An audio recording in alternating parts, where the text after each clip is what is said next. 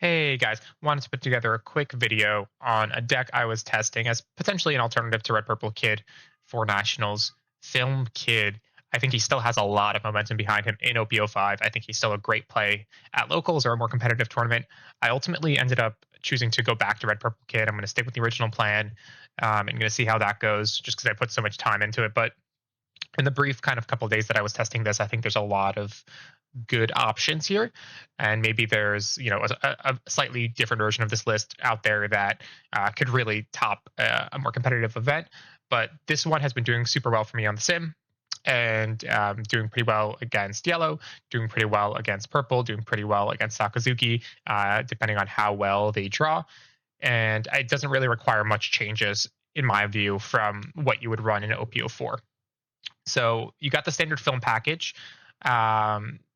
Couple of things that I think are really important in this current meta.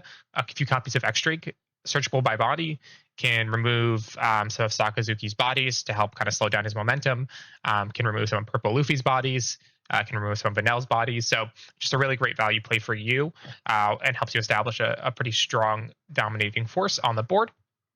Obviously, we got the film engine, and we're searching all of the film cards, but the important ones here are really Brook and Luffy. Going wide is super relevant in this meta, especially against Sakazuki, especially against Danelle. And so the more you're able to kind of combo Brook into Nami, Brook into Usopp, or Luffy into anything, the better you're going to do. Some tech plays from kind of my perspective that I think are good. Diamante.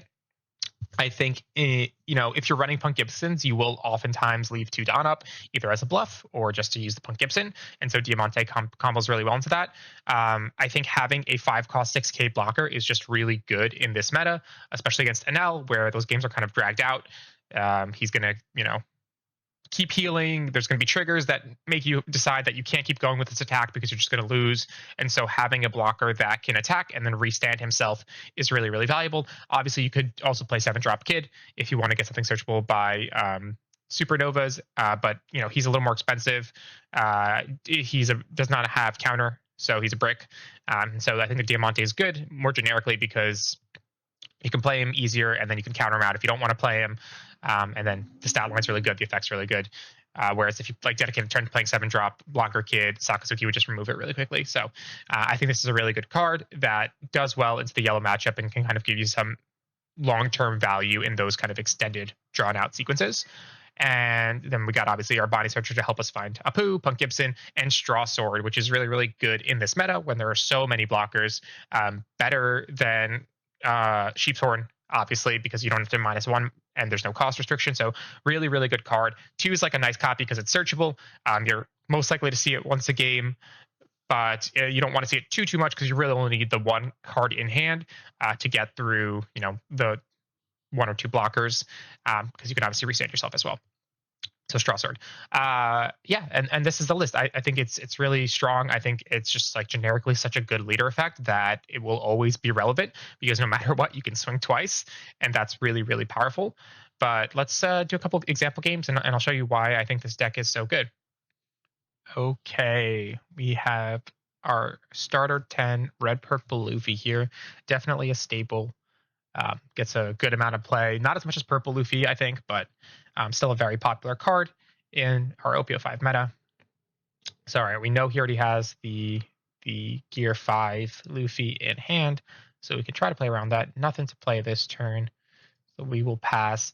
I am debating if I want to play the Zoro next turn or if I want to just swing into him, start putting some pressure in.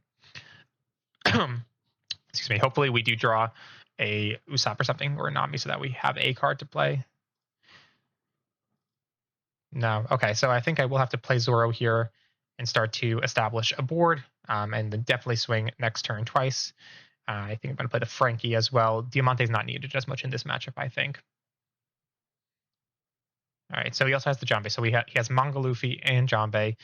So he's set up pretty well for a win con. Unfortunate that we have to take all these hits. We are kind of susceptible to a Purple Luffy here. Oh, I think we will continue to just do the plan as we thought. So we're gonna do, hopefully, if he does play the 4-drop Law, yeah, we're susceptible to a 4-drop Law, not a Purple Luffy. Hopefully, if he does play the 4-drop Law, it doesn't hit these guys, but we're just gonna have to deal with it. I think it's like the 4-drop law, obviously like a good card. It's a blocker. Gets 2 cards out of hand. It's nice, but like sometimes I think for starter 10 Luffy and for purple Luffy, when they play that card, it kind of kills their own momentum. Like with purple Luffy, I'm scared of the poly curve into Kaido because that's removal into removal. I don't have a board and then I'm just taking so many hits. If he stops to play a 4-drop wall blocker just to get 2 cards on my hand, like that's fine. I would have gotten those 2 cards out of my hand countering. So I'd rather just he gets like a weaker body on board and then I can get 2 cards out of my hand randomly. Sometimes you lose things you don't want to lose, but like that's just the way it goes. All right, so he will be at 10 Dawn next turn. Let's do what we can to put some pressure on before then. All right, we got some cards out of hand.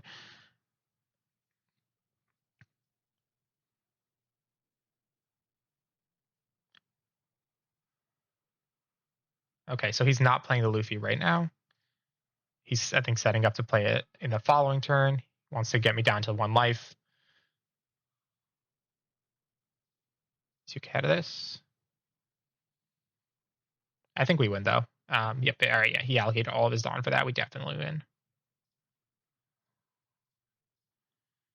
Okay, so let's start doing 6Ks. 6K? 6K? Yeah, I mean, we went too wide for him. He doesn't have it. Especially with no Dawn up. Yeah, oh wow, it's a very bricky hand. Yeah, surprising. I almost wonder if he should have just played the 10-drop Luffy instead of like rushing those 2 cards. I think he lost either way just because this combo is so powerful, but curious. He wants 3 match. Let's do another one. Let's see if we can go 2 for 2 on this one. Second again. More or less the same opening hand. I don't love that I have 2 Punk Gibsons here. Let's mulligan. Okay, I can do this hand because I get the Nami. That's good. All right, he has his Gear 5 Luffy right off the bat.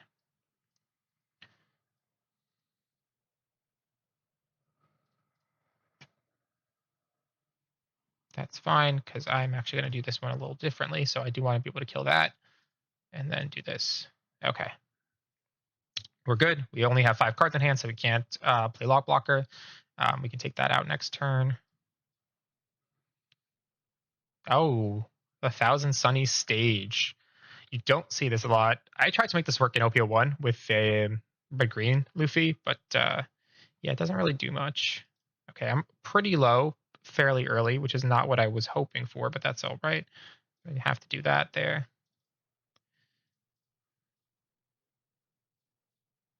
Get some counter in hand. Okay.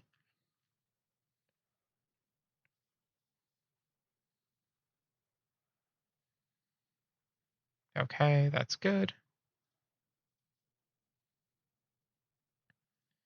I should try to establish a body, but I feel like I need to keep up some Dom for Punk Gibson here, so we're going to just do 8K.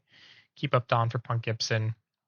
Try not to go down another life here. And then next turn we will do some 6Ks into leader. Ooh, the new gate. That's not great for me.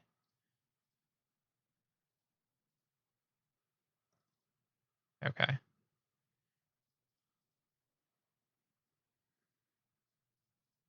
We know one of these cards is Luffy.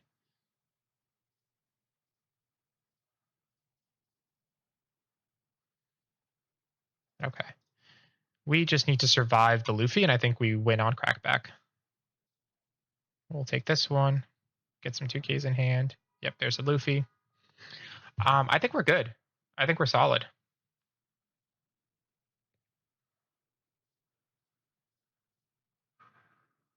This does change things. That's yeah. I mean, if you get this early before you play the 10-drop, it makes a huge difference. Like that 1K. I think we'll take this. Just see what it is because we're gonna have to take one of these anyways. Yeah. Okay. So now we just gotta hope he does not have enough counter to get out of this. So let's start with this. We need him to take one of these. Okay, I gotta go 8 here, which means I can only go 8 on my other. Oh, this is rough. If I go 8 on this, I can only go 8 on the last 2 hits. But if I go 6 and he blocks it, I just lose. Tough, tough, tough, tough, tough. I think I gotta go 8. And hope he draws bricks.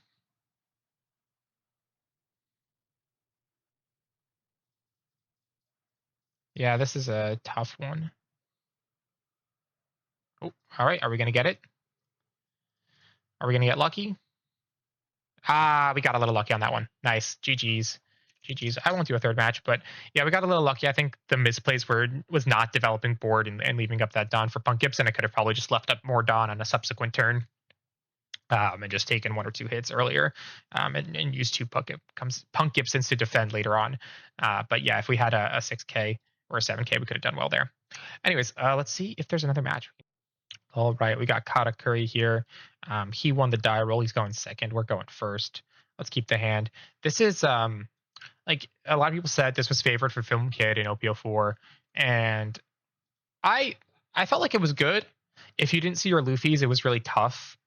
And then there's always just the option of just losing against any yellow deck. When I was testing this, I had a game where the Katakuri played or had like 4 triggers in his first life. So just body after body after body. And so I just lost because if you're playing Satori, Perospero, Sanji all for free, just trashing a card from hand, there's not much you can do as the opposing player in that regard. So yeah, people said this was a favorite matchup. I don't know. I think it's a winnable matchup for sure. I don't think you're at a disadvantage, but I think you could very, very easily lose this matchup just from the aggression that Katakuri puts out. And then one or 2 triggers is really all it takes. Okay, so this is pretty good for us. He played the Sanji flat, which means he can only swing 5K. He's not swinging. Okay, he's not going to swing this turn. Probably setting up a Gadatsu. That's a whiff. Yeah, there's a reason we you don't. There's a lot of times where you don't even really want to search with Nami because that whiff meant that not only do we not get a card, but we can't play Frankie, which is a better body. But if he's setting up for Gadatsu play here, the Frankie would have died anyway, so might as well play this Nami. And then there's the Brule, which is not that bad. Let's take a Zoro in case we draw into a Luffy.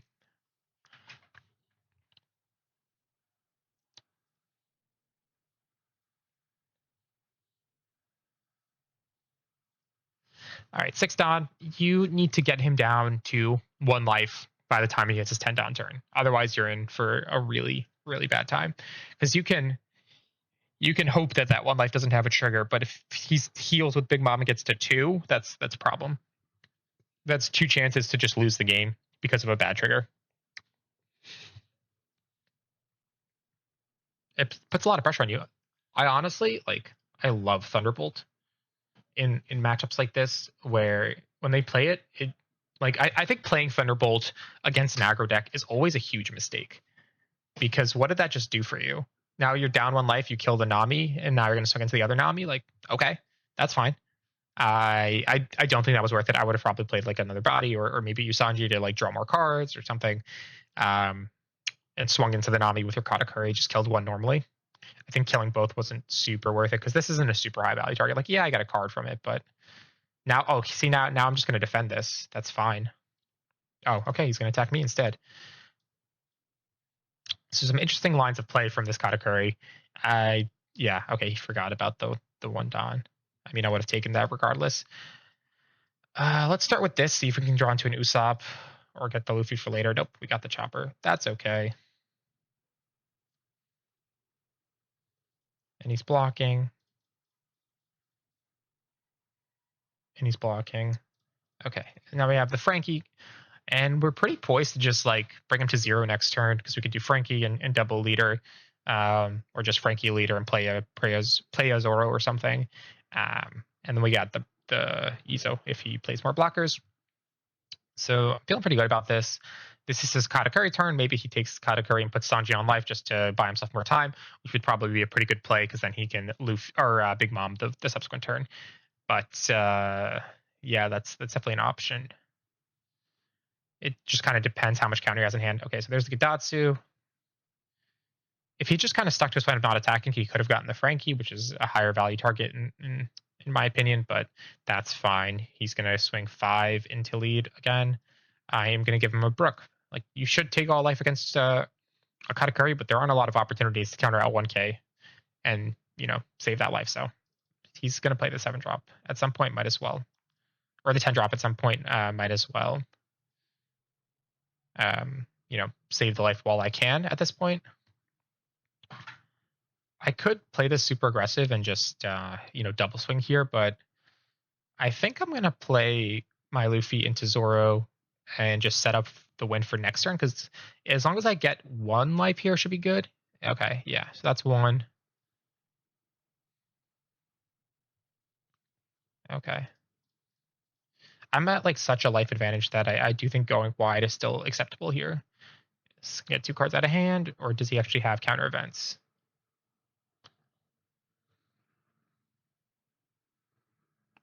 Oh, okay. I guess his hand is all bricks. He got another Brûlé. That's his 3rd Brûlé, 2nd off life. Sometimes you're just loved by the sim, and sometimes you're not.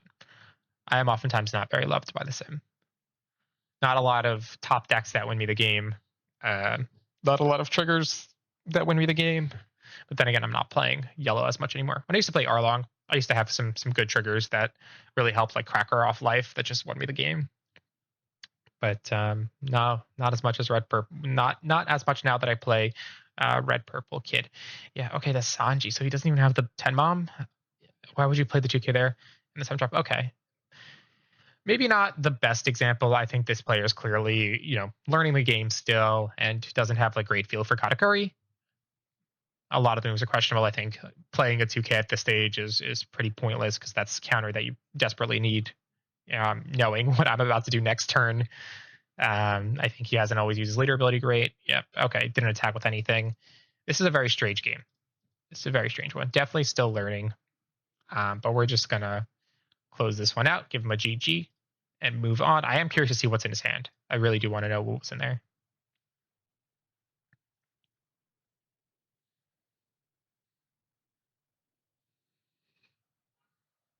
Okay. GG. Oh, okay. Well, it was a good game. So yeah, no 10 mom. This card is so good, and it never got released in the US, so you can't actually play it, which kind of sucks. But it's such a good card. I think it would make Katakuri so much better in this current meta. He's already really good, but definitely everyone, I think, prefers an L. And I think this card might be a bit of a game changer in that regard. Not that an L can't play it, but it works really well in Katakuri as well. Yeah, this is an interesting hand. He couldn't have Gedatsu'd. No. Yeah, there's really not much he could do on that turn specifically. He just didn't have a great hand, but also I think he should have been more aggressive throughout the game. The way he played, he could have played Sanji at one point a long time ago, or rather swung with the Sanji at one point a long time ago. Just got that draw. So clearly I think this player was still learning Katakuri, but hopefully it gives you a good feel for why Kid is still viable. He's good into Katakuri. He's good into NL. He's good into Purple Luffy. He's good into Red Purple Luffy. And he can be good into Sakazuki. I think the issue is if you go super wide with Kid into Sakazuki, and then the Sakazuki just has all the answers, you pretty much just lose, because you've expended all of your resources. And now they have a Rebecca, a Hina, a Lucci, and you can't get through all of that just with one double attack. Which is true, I think, for a lot of decks, but Kid really goes all in with all of his cards to go super wide. So I could do like the step and 4-3 combo with Luffy, and then if all of those get popped, which they have against Sakazuki's, then you're just kind of done for. But otherwise, he's really good because you can swing twice with your leader and get through a blocker that way. So yeah, I think he's a super cool deck. A bit of a shorter video because I do want to get back to practicing my Red Purple Kid. Nationals is this week. I am still getting my butt handed to me. I went on a huge climb the other day, got like all the way to 2000 MMR, and then immediately dropped all the way back to 1650 through some bad Sakazuki games. So I'm hoping to iron that out a little bit more and then be in a good spot. We'll definitely share my list for Red Purple Kid as well in a future video. But thanks for hanging out, guys. Hope you enjoyed it. Hope you guys give Film Kid a try. Let me know how it goes.